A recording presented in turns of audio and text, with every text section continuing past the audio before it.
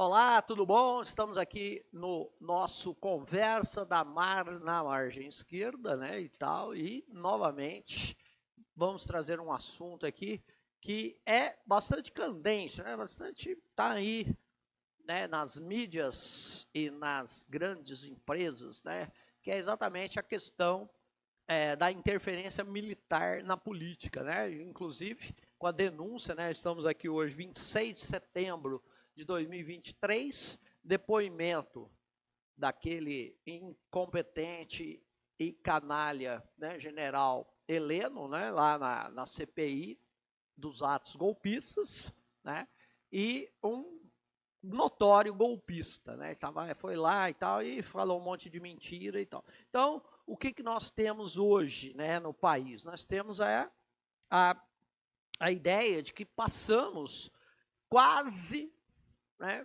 por um golpe militar no Brasil, né, do final da eleição do ano passado para o início desse ano, né, onde o ex, né, presidente e sempre inelegível reuniu-se com a cúpula militar, com alguns militares aposentados de pijama lá e tentaram então fazer um plano para evitar então a posse do presidente eleito Luiz Inácio Lula da Silva, né? Então, esse fato, né, e esse fenômeno que a gente vive, né, no Brasil, em toda a América Latina, que é um fenômeno da intervenção militar na política, ele não é novo. Nós até falamos aqui num programa, nós falamos dessa questão do militarismo na política aqui, né?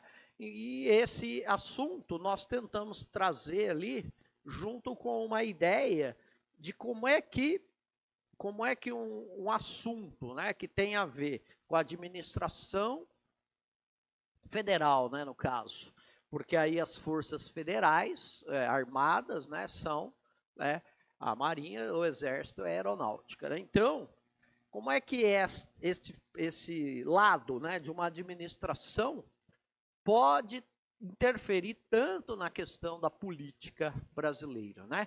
Ela tem um diferencial da outra parte administrativa, né? São forças armadas, né? E esse é o diferencial bastante importante. Por quê? Porque essas forças armadas, numa hierarquia, arma na mão, eles podem coagir o poder legal, o poder civil, e esse poder legal e civil pode ser afastado, né? Por isso que a gente chama de golpe, né? Porque as regras foram, né, subtraídas, foram traídas, né? Então não tem a regra, né? Então é um golpe. Então, se esse assunto, nós tentamos dizer por que os militares começam a interferir na política, né? O que leva, né, então, a questão de toda a formação dos militares a uma interferência na política, visto que outra parte da administração, a administração civil, né, são milhares e milhares de funcionários públicos federais, né, civis, certo? Que não tem arma na mão e, portanto, não tem esse poder, né? E temos também forças civis ali, né, como a questão da Polícia Federal e tal, etc., que também trabalha com arma na mão e que também, né, em alguma forma, estava envolvido no golpismo, porque o ministro da Justiça, que é constitucionalmente o chefe da Polícia Federal, também, né, tentou interferir ali nas questões, né, normais, legais da política brasileira, certo? Então, isso é um grande problema. Então, nesse programa, depois vai aparecer a data aí desse programa para vocês, né? Vamos colocar a data aí, está aparecendo a data do programa aí para vocês, que nós falamos dessa questão dos militares, né? O que leva os militares a interferir na política. E hoje, então, eu vou tentar dizer para vocês, né, historicamente, factualmente, como é que foram, né, essas intervenções militares na política brasileira, certo? Então, se nós pegarmos a história, né, nós também não vamos avançar muito, vamos avançar ali no final, né, nós vamos chegar ali no final do segundo reinado, onde nós já temos aí um grande problema também, sem esmiuçar muito, né, na questão militar, né, a interferência, então, das ideias do positivismo do Augusto Comte, né, nos militares do Exército, e a ideia, então, de república, né, a ideia de desenvolvimento industrial, de urbanização e tudo mais. Né? Então, a gente começa já, né, com o próprio golpe militar, né, que foi o golpe militar de 15 de novembro de 1889. Né? Então, foi exatamente o que nós conhecemos, e até um feriado nacional, né, como proclamação da República no Brasil. Então, aí, nós vamos começar daí. Né? A primeira intervenção militar direta, né, no Brasil foi exatamente a proclamação da República, um golpe de Estado. Né? Por quê? Porque o Brasil era uma monarquia, tinha o governo constitucional legal, certo? Que no caso era comandado ali pelo presidente do Conselho de Ministros, era o Visconde de Ouro Preto, né, o Afonso Celso, e estava lá, né, funcionando o governo legal do Brasil. E aí houve um problema, né, que também não interessa muito a gente ficar, né, esmiuçando. Houve um problema, não, houve vários problemas, né, que levaram então a uma intervenção do Exército, né. Aí a gente fala especificamente do Exército. Naquela época havia só duas forças, né, a Armada, né, a Marinha e o Exército, né. Em 1889 nós estamos falando, né? Então só havia a Marinha era muito mais próxima da monarquia e tudo mais, né? Mas o Exército então tinha uma conotação um pouco diferente e também tinha muita influência positivista, coisa que na Marinha não existia, né? Então o que acontece? Houve essa intervenção militar direta. Com a intervenção militar direta, nós também não podemos dizer que não houve a participação civil, houve, né? E principalmente de quem? Dos grandes cafeicultores paulistas, né? Que também se aliaram ali ao Exército, porque naquele momento havia uma confluência, né, ali de ideia, né, que era exatamente derrubar a monarquia, certo? Derrubar, no caso, o imperador Pedro II, certo? Impedir, então, depois um terceiro reinado e tudo mais, né? E aí, então, os grandes cafeicultores paulistas, né, aqueles que tinham grandes fazendas e produziam café, eles então se tornaram uma espécie de classe, né, dominante, hegemônica, né, em termos econômicos no Brasil. E queriam ter um poder político mais efetivo, coisa que não existia devido à centralização nas mãos do monarca, do imperador. Então eles se juntaram aos militares do Exército, aos militares positivistas do Exército, e conseguiram ali fazer uma quartelada e tal, etc., e derrubar o governo, né, constitucional, o governo legal do Brasil, que era do imperador Pedro II. Né? E aí eles deram um ultimato à família real, né, para que a família real saísse imediatamente do Brasil. Né? Ela tinha 48 horas para sair, e houve então também um decreto de banimento da família imperial. Muito medo, né, de que pudesse voltar à monarquia.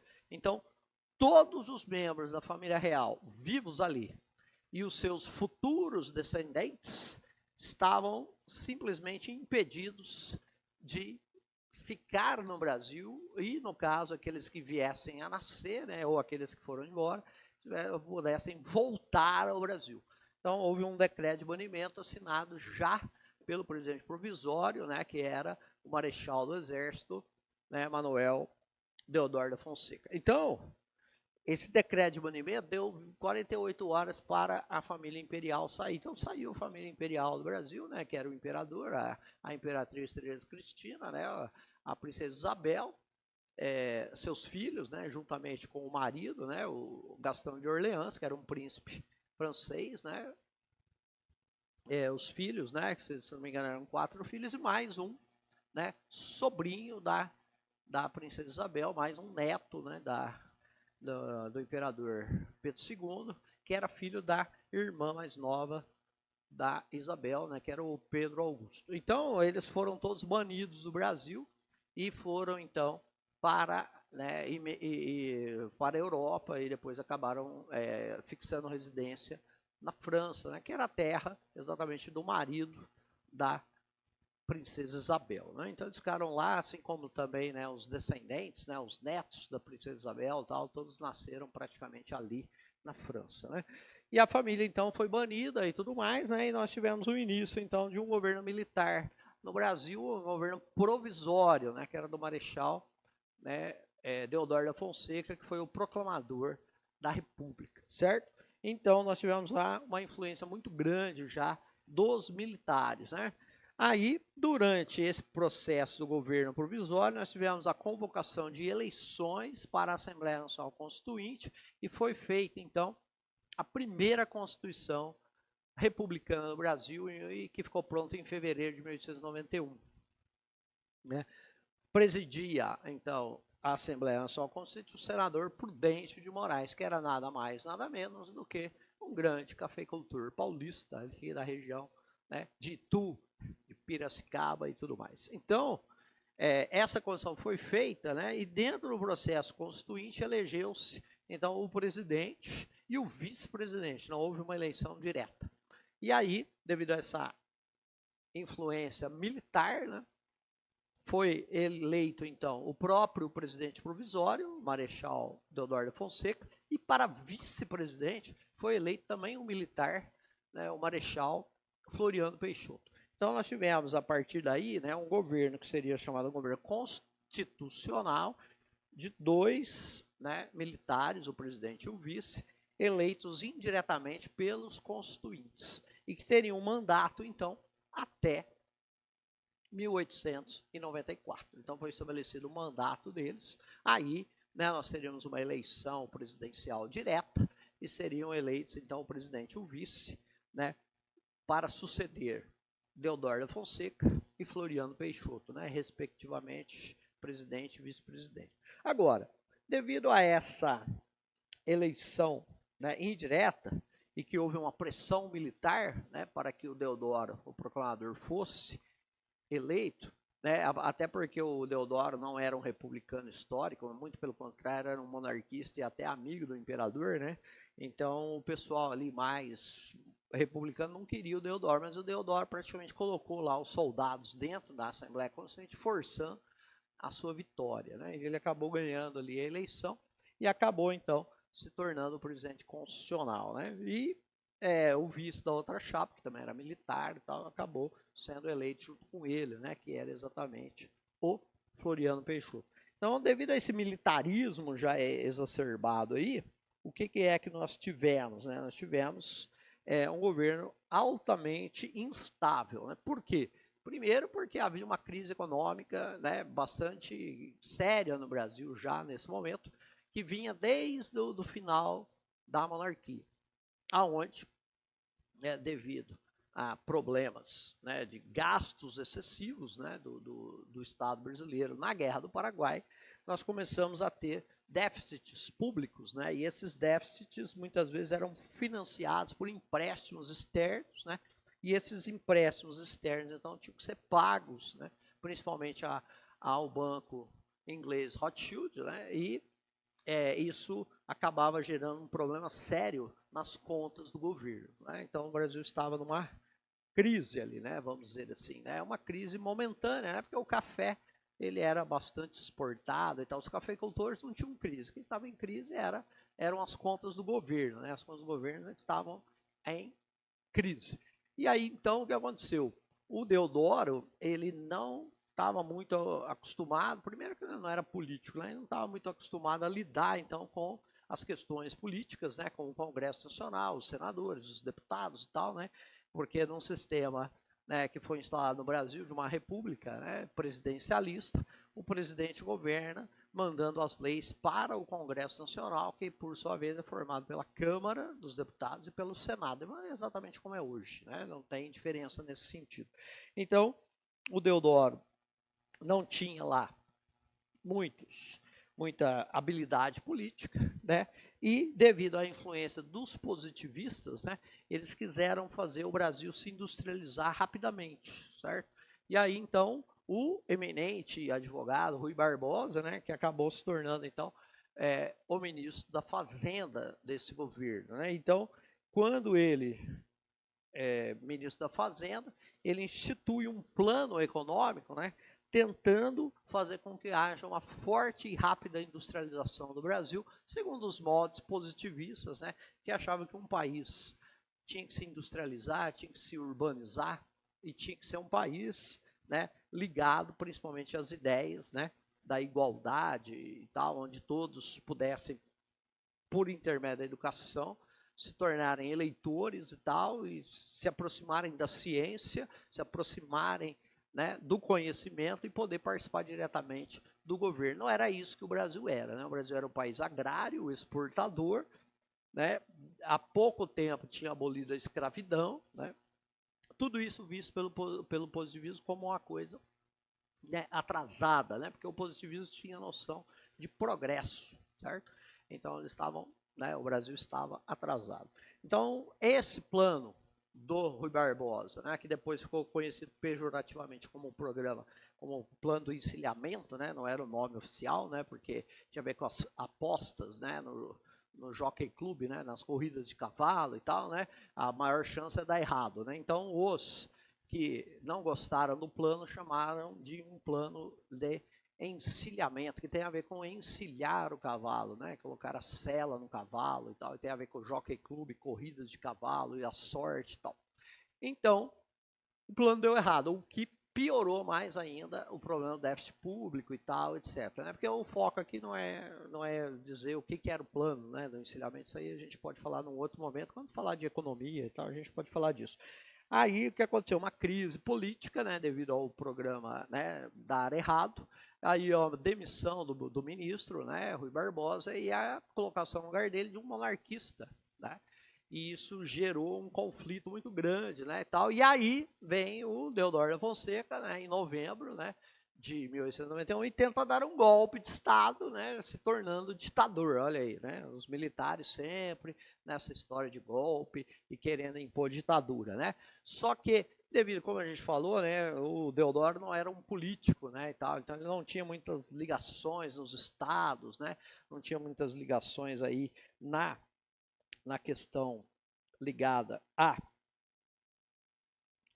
aquele, vamos dizer assim, né, aquela ideia de ter apoios, né, vamos dizer assim, nos estados do Brasil. Então, o que aconteceu? Quando ele tentou dar um golpe de Estado, né, fazendo um decreto fechando o Congresso Nacional, ele acabou não tendo apoio político, de um lado, né, dos estados brasileiros, e de outro lado não teve apoio nem militar. Por quê?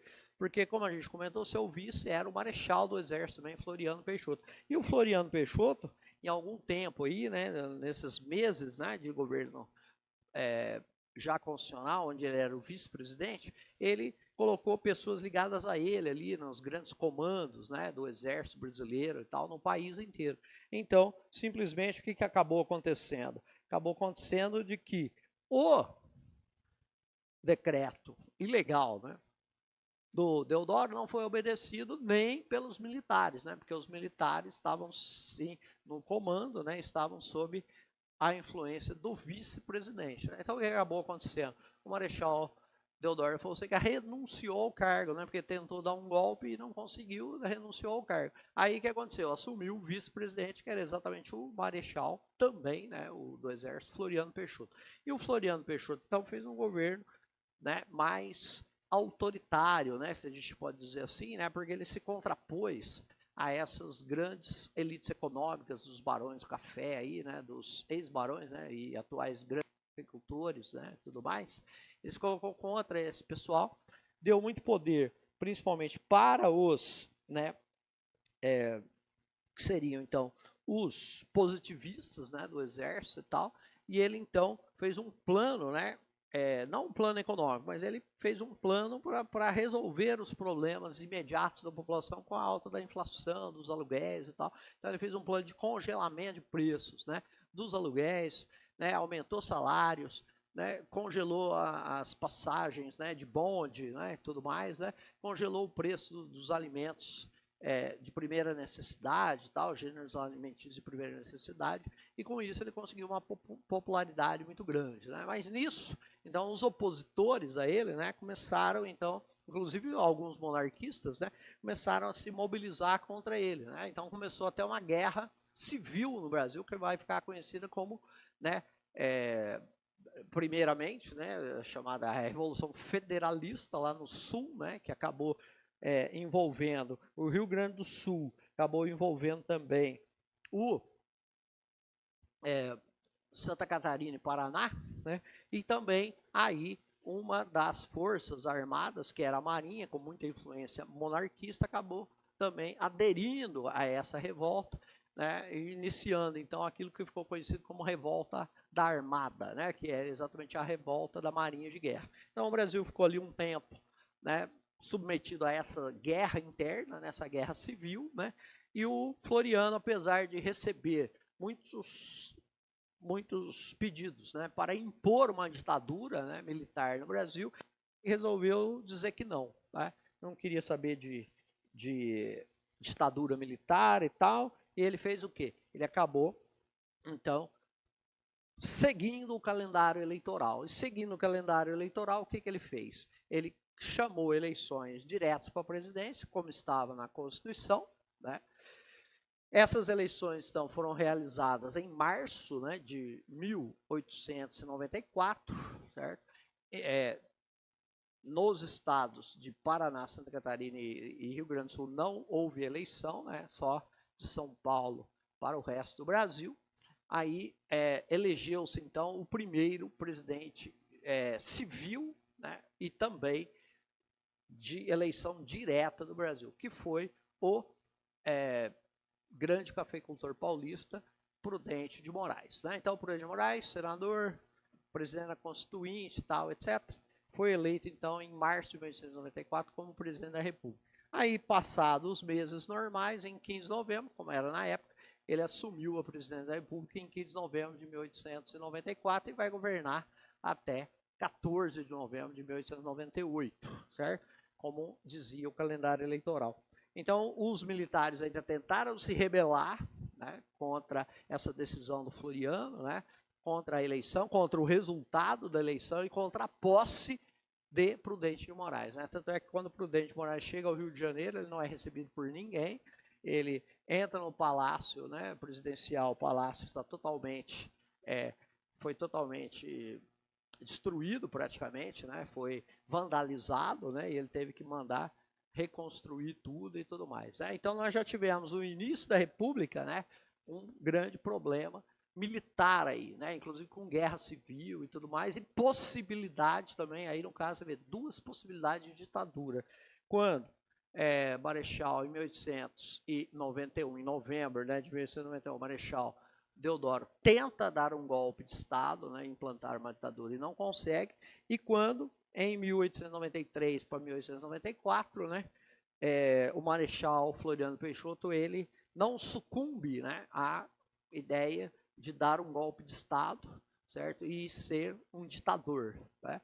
Então ele rompe um pouco, mas o Brasil esteve a ponto, né, de também, novamente, sofrer um golpe militar e estar, né, sob uma ditadura militar, né? Então acabou que esses governos militares aí entraram para a história e nós vamos ter o início do governo dos grandes cafeicultores, né, que começa com Prudente Moraes, depois vem Campos Salles e por aí nós temos até 1930, né, nós temos os grandes cafeicultores, né, principalmente de Minas e São Paulo, como presidente da República do Brasil, né, entre 1894 e 1930, né?